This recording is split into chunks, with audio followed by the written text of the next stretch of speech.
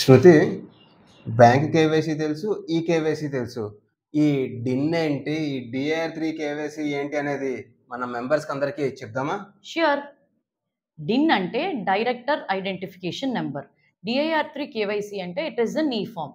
Every individual who is holding a DIN number must file an e-form called DIR3 KYC on or before 30th September for every financial year.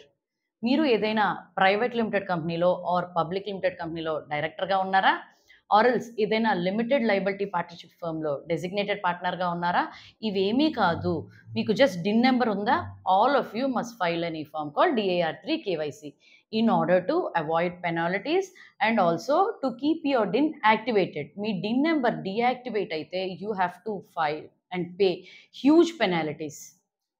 Stay tuned for more professional updates.